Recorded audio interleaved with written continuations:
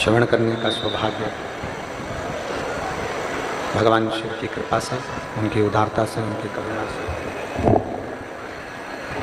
प्राप्त हुआ है। विदिशा नगर के इस पवित्र पावन प्रांगण में माँ वेदवती जी के पवित्र चरणों में माँ सरस्वती मानस मंडल आचार्य श्री रवि कृष्ण शास्त्री जी जो इस पवित्र कथा को लेकर यहाँ पहुँचे हैं, एक बार उनके लिए जोरदार ताली बजाकर स्वागत वंदन अभिनंदन। श्री धर्मेंद्र सक्सेना जी, श्री शैलेंद्र सिंह राजपूत जी, श्री अभिषेक लक्की अरोरा जी, मुख्य यजमान श्री संतोष रानू शर्मा जी, सह यजमान श्री राधिका शरण दास जी, इन सभी यजमान परिवार के लिए एक बार जोरदार ताली बजाकर स्वागत वंदन अभिनंदन। मैं धन्यवाद देता हूँ श्री राधिका शरण दास जी को, जो ग्रस्त होकर भी भगवान की अविरल भक्ति में सदा तल्लीन रहते हैं और भगवान देवाधिदेव महादेव की कृपा, भगवान कृष्ण, भगवान राम की कृपा आप पर बनी रहे और आप ऐसे ही भगवत भक्ति में सदा तल्लीन रहें, उसके लिए बहुत बहुत बाबा से प्रार्थना साधुता। पीछे एलईडी नहीं चल रही है क्या? एलईडियाँ चालू करिए पीछे की। आवाज नहीं जा रही। भगवान शिव ओगड़दानी, त्रिकालदर्शी, कैलाशी, अविनाशी, जो सदा जीव का कल्याण करने वाले हैं,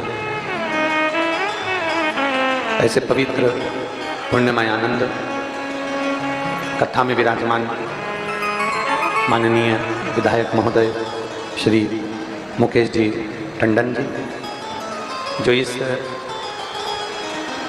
कथा में एक आनंदमय सूत्रधार के रूप में इस कथा को संजोए हैं। एक बार माननीय विधायक महोदय जी के लिए भी जोरदार ताली बजाकर स्वागत वंदन अभिनंदन। भगवान देवाधिदेव महादेव की कथा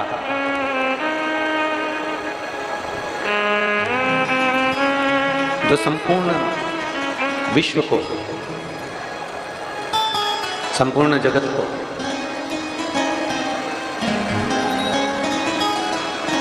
भक्ति के साथ जोड़ने का कार्य करती है। और देखिए, एक विश्वास और एक भक्ति,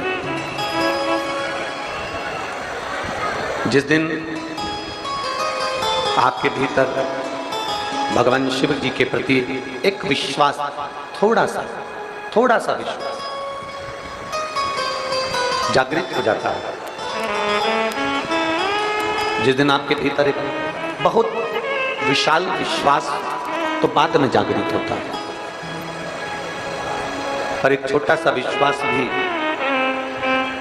अगर जागृत हो गया तो ये निश्चित है कि भक्ति और श्रद्धा के बल पर भगवान देवाधिदेव महादेव आपका और हमारा कल्याण जरूर करते हैं। एक लोहे की कील है और मान लो वो लोहे की कील नदी के उस पार भेजना है। मान लो लोहे की कील है और लोहे की कील को नदी के उस पार भेजना है। अब वो लोहे की कील को तुमने पानी में डाल दिया, तो पानी में डालने के बाद वो लोहे की कील तो पानी में डूब जाएगी। वो लोहे की कील को अगर मध्य में फेंक दिया तो वो पानी में डूब जाएगी। और वो लोहे की कील बार बार आप फेंकोगे, डालोगे, पानी में डूब जाएगी। पर शिव महापुराण की कथा कहती है, अगर उस लोहे की कील को एक लकड़ी में अगर ठोक दिया जाए, लकड़ी में अगर उसको गाड़ दिया जाए, ठोक दिया जाए, तो वो लोहे की कील धीरे धीरे धीरे धीरे पानी के साथ में बहती बहती पार कर जाए। पीछे क्या प्रॉब्लम आ रही है? पीछे वालों को एलईडी नहीं चल रही है कि साउंड नहीं चल रहा है?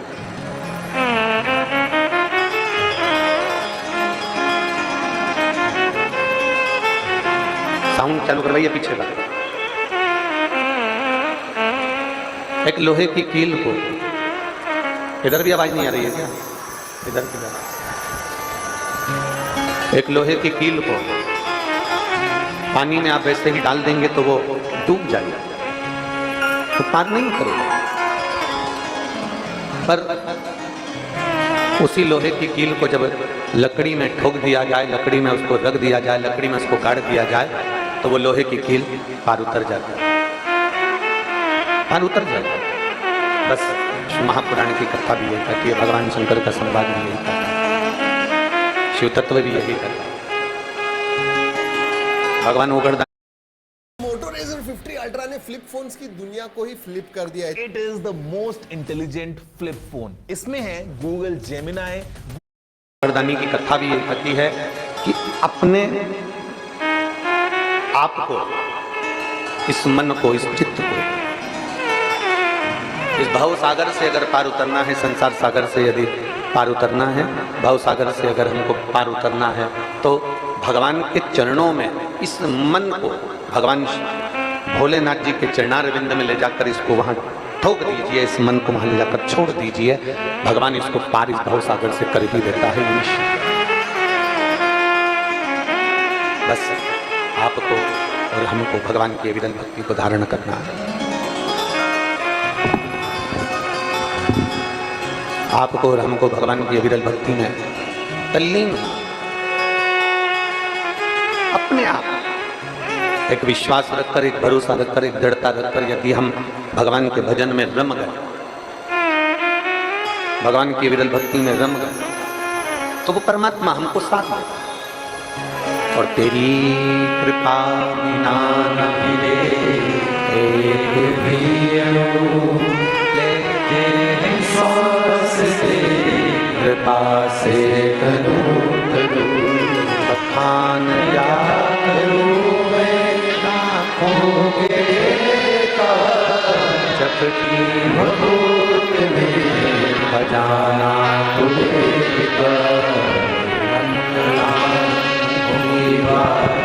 ओंकार तू, भोले ओंकार तू, आयो शरण बिहार शंभु तार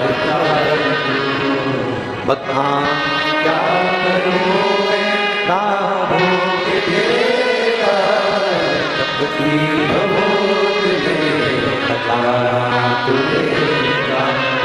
गंगाधार मुक्ति ओंकार तू, भोले ओंकार तू, आयो शरण बिहार शंभु तार। जब हम शिव की अविरल भक्ति में, जब हम भगवान की अविरल भक्ति में डूबने का प्रयास करते हैं, वो तारने का प्रयास करते हैं, एक निगाह भरकर, एक दृष्टि से, एकाग्र चित्त होकर अपने मन से जब हम भगवान का दर्शन करते हैं, तो भगवान हमारी झोली अवश्य भरता है। बस अच्छा, एक आप लोगों ने ध्यान दिया होगा, अगर एक टकटकी बात परमात्मा की ओर लगाई, एक दृष्टि भगवान की ओर लगाई, एक दृष्टि महादेव की ओर लगाई, और एक दृष्टि संसार में लगाई,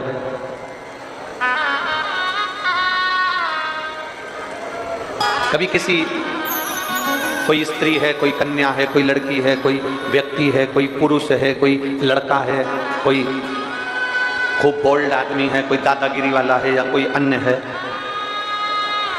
जरा देखिएगा, आप अगर उसको एक निगाह भरकर देखते जाएं, देखते जाएं, देखते जाएं, कोई लड़की, कोई महिला, कोई स्त्री, कोई पुरुष, कोई बेटा, कोई बेटी, कोई आदि कादिक, किसी को एक निगाह रखकर बिल्कुल टकटकी लगाकर देखते जाओ, देखते जाओ, देखते जाओ, तो उसके साथ वाले तुमको देना चालू कर देते हैं। बोलो तो सही है कि गलत? जम के बोलो जरा, सही है ना? कि अगर तुमने किसी को एक टकटकी लगाकर, एक निगाह रखकर देखना चालू करा, तो उन्होंने तुमको देना चालू। उन्होंने निकाला जूता और चप्पल, जो मारा दड़ा दड़ दड़ा दड़ दड़ा। तुमने पूछा मुझे मार क्यों रहे हो, तो कहेगा इतनी देर से निगाह रख रख कर देख रहा है, एक टकटकी लगा कर देख रहा है, एक निगाह से देख रहा है, एक टकटकी लगा कर देख रहा है।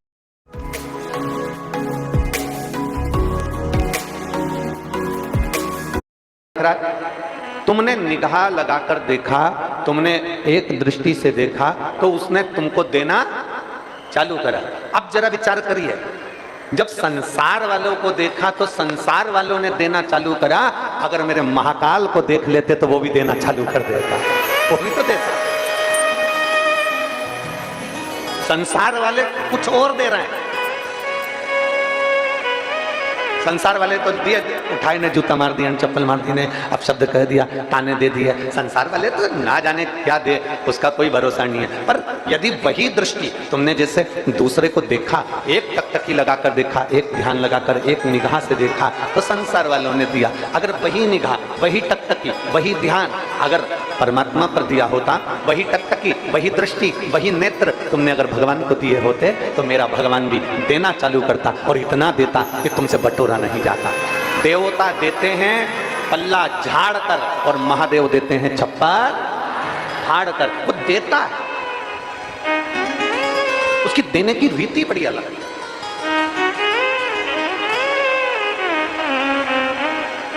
बस आप उस परमात्मा को निहार कैसे रहे, कैसे? अब ये भी हमको सोचना है कि देखना कहां है।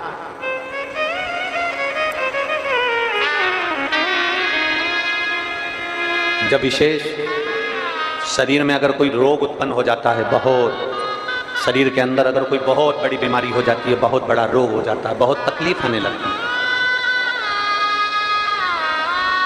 बहुत। डॉक्टर ने कह दिया कमर का गुरिया खसक गया, डॉक्टर ने कह दिया तुम नीचे नहीं बैठ पाओगे,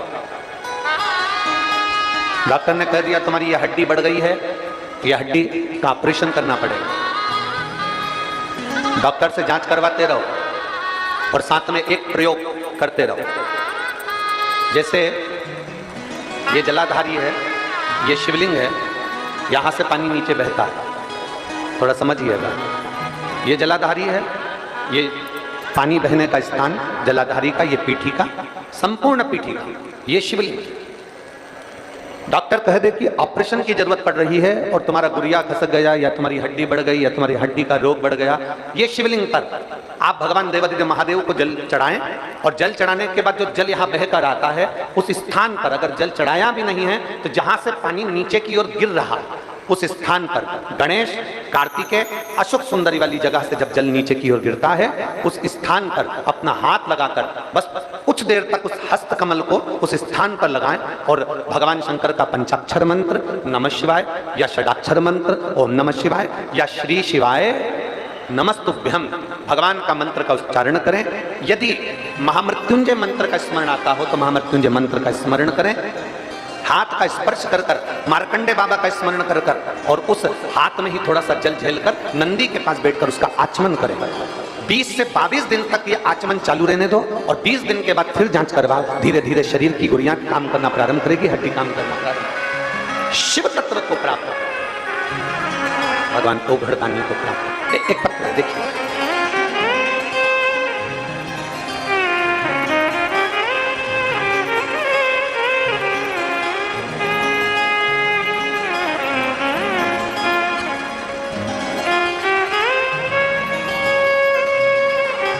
श्रीमती सीमा नामदेव, पति सुनील नामदेव, मास्टर कॉलोनी, शंकर टीला, विदिशा की रहने वाली है।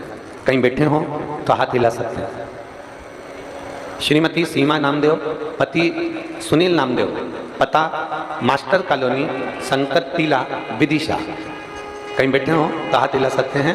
अगर बच्चे को लेकर आई हो तो व्यासपीठ पर लेकर आ सकते हो। मैं बाबा का क्या गुणगान करूं गुरुदेव। मेरी शादी को 11 साल हो गए थे। 11 साल से मुझे संतान का सुख नहीं था। हमने ऐसा कोई डॉक्टर नहीं जिसको नहीं दिखाया। 6-7 साल तक हमने इलाज करवाया। फिर हमने, कोई बोलता कि यहाँ चले जाओ, वहाँ चले जाते, कोई कहता वहाँ चले जाओ, वहाँ चले जाते। सब दूर से गोदी भी भरवा ली, सब दूर से नरियल भी झेल कर आ गए, पर संतान का सुख नहीं। तब हमारे पड़ोस की एक बेटी ने हमसे कहा कि आप सीहोर चलें और कुबरेश्वर बाबा के यहाँ पर कंकर शंकर की पूजन करते हैं, और वहां से आने के बाद रोज शंकर के मंदिर जाना प्रारंभ करो। धाम पर कंकर शंकर का पूजन करा, वहां से आए और शिव जी के मंदिर में हमने रोज जाना प्रारंभ कर दिया। भगवान शंकर के मंदिर में रोज जाते, जल चढ़ाते, आचमन करते, सफेद आंकड़े की जड़ का प्रयोग किया। और बाबा का मैं क्या गुणगान करूं गुरुदेव। बाबा ने हमारा गर्भ तो ठहरा दिया, पर मालूम पड़ा कि बच्चे की धड़कन ही नहीं है। अब 11 साल के बाद गर्भ ठहरा और बच्चे की धड़कन नहीं, तब करें तो करें। तब किसी ने कहा कि वो सीहोर वाला महाराज कहता है कि बेलपत्र भगवान शंकर पर चढ़ी हुई, उस बेलपत्र के पीछे का भाग अशोक सुंदरी का नाम लेकर पा गया। हमने उसको खाया और हम फिर जांच कराने के लिए गए तो बच्चे की धड़कन वापिस आ गई। और बाबा की कृपा से मेरे घर में 11 वर्ष के बाद बच्चे ने जन्म लिया। मैं बाबा को नमन करने के लिए आई। कहीं बैठे हो तो आ सकते हैं। ये शिव भक्ति, ये अविरल भक्ति, एक विश्वास, एक भरोसा, एक दृढ़ता। नेत्र भरकर देखो, मना नहीं।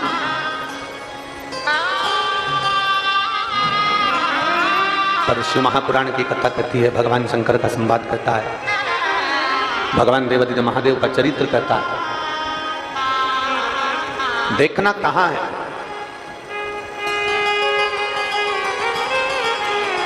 भागवत जी किस किसने सुनी है? हाथ उठाओ जल्दी से। सबने सुनी है? रख लो। समुद्र मंथन की कथा सुनी है? अरे बोलो तो। सुनी। देवता और असुर दोनों ने मिलकर मंथन किया, सुनी है? अरे बोलो तो जम के। सुनी।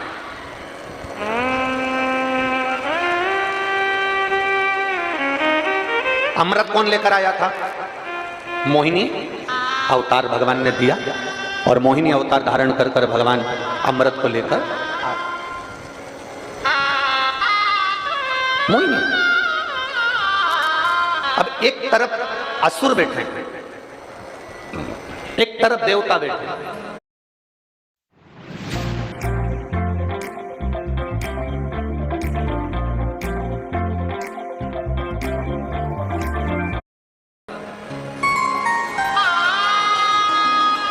अमृत किसको मिला? बोलो जम के बोलो जल्दी से। असुरों को मिला। किसको मिला? देवताओं। शहनाई की आवाज कम करो। अमृत किसको मिला? देवता।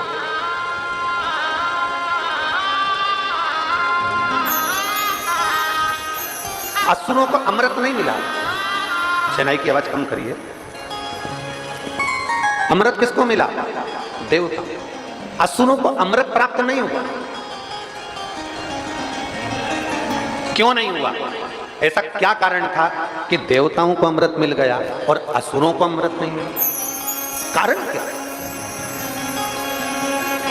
मंथन दोनों ने करा, अमृत निकला भी है, श्रीमद् भागवत में आपने सुना भी है, पर देवताओं को अमृत मिल गया और असुरों को अमृत नहीं मिला। उसका कारण केवल एक था।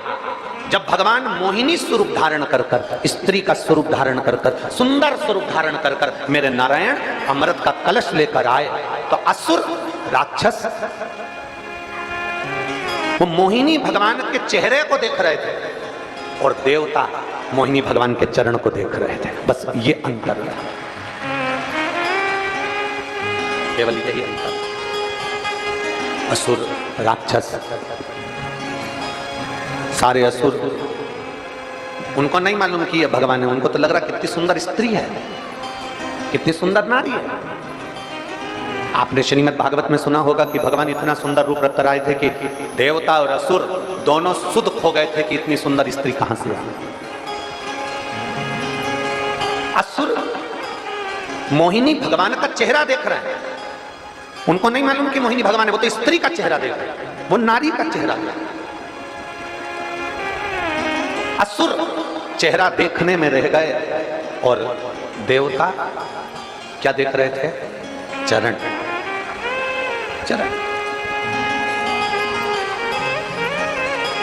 शिव महापुराण की कथा कहती है, किसी पर स्त्री का चेहरा देखने से अच्छा है उसके चरणार बिंद को नमन करो, उसके चरण को देख। पर स्त्री, पर नारी, कभी किसी पर नारी का चेहरा देखने से अच्छा है कि उसके चरण देख। और ये बड़ी सभा लगी, इतनी बड़ी सभा लगी हुई थी, देवता असुर दोनों बैठे हुए थे। असुर चेहरा देखने में रह जाते हैं और देवता भगवान के चरण देखने में। स्त्री है, उनको भी नहीं मालूम कि ये भगवान है, वो तो चरण देख रहे हैं, चरण। और जिसने, शिव महापुराण की कथा कहती है, जिसने अपनी जिंदगी में मेरे भगवान के चरण देख लिए, जिसने अपनी जिंदगी में भगवान के चरणारविंद को पकड़ लिया, पकड़ लिया चरणार, जिसने पकड़ लिया, जिसने भगवान के चरणों को देखना प्रारंभ कर दिया, चरणों को छूना प्रारंभ कर दिया, चरणारविंद को देखना प्रारंभ कर दिया। किसी भी मंदिर में, भगवान के शिवालय में, देवालय में, कहीं पर भी जाओ, आप किसी भी मंदिर में पहुंचिए, अगर आते आते आप उस मंदिर की सीढ़ी को, आप उस मंदिर की चौखट को, आप उस मंदिर के शिखर को दर्शन करते हैं। शिखर का दर्शन क्यों करते हैं?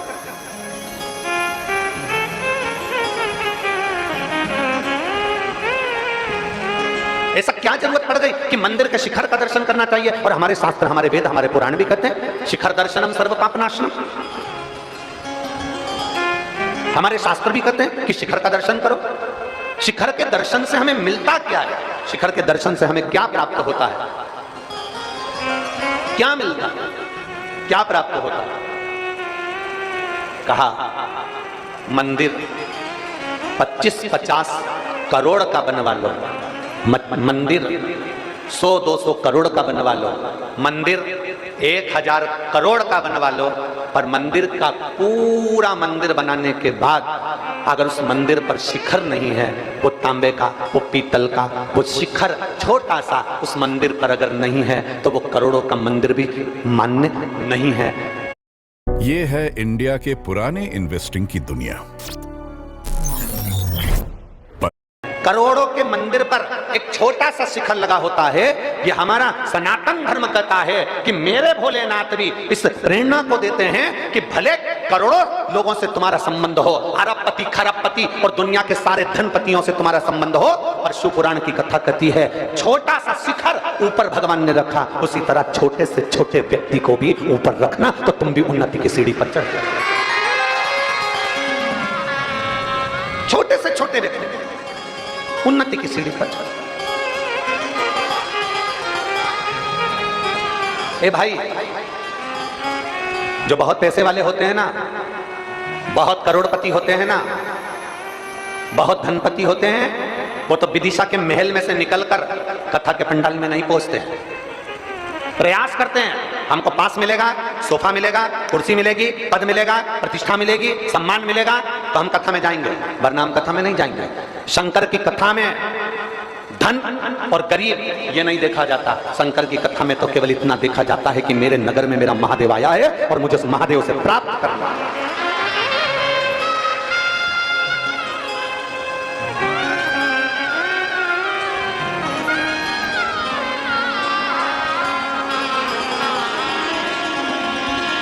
मेरे महादेव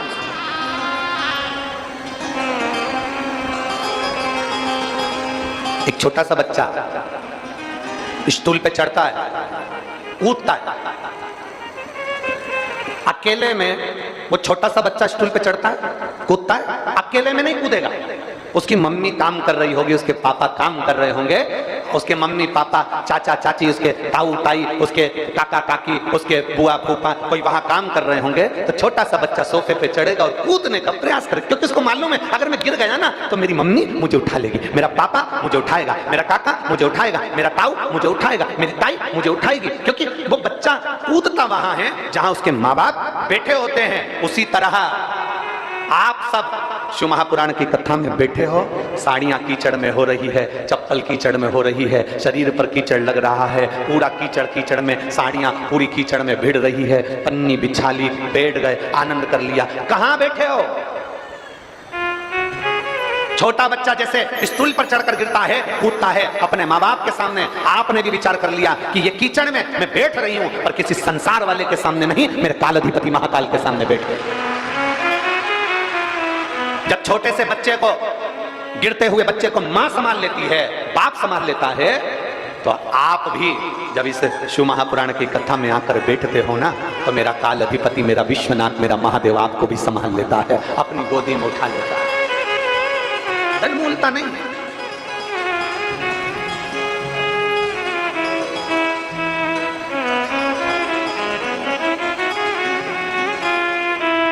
कई लोग ऐसे भी मिलेंगे संसार में, शिव महापुराण की कथा होती है ना, तो जो समिति कथा कराती है या कोई व्यक्ति विशेष कथा कराता है,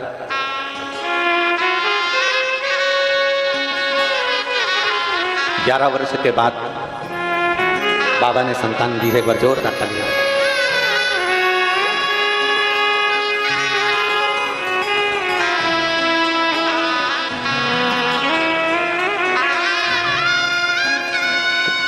दीदी कह रही है पहले मंदिर नहीं जाते। प्रणाम करो, प्रणाम प्रणाम, हाथ जोड़ो,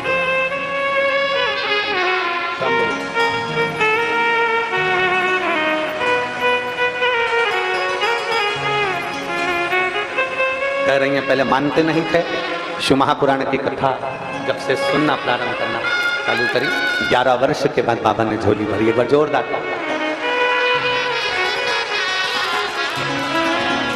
शिव तत्व।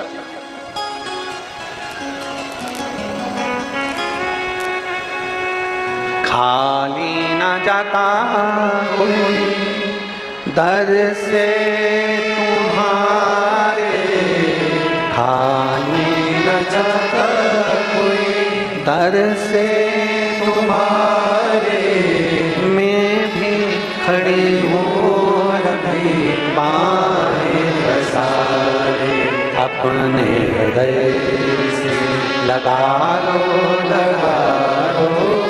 कि ना जा रहा हो, उठा लो भोले अपने घर से अब तो हटा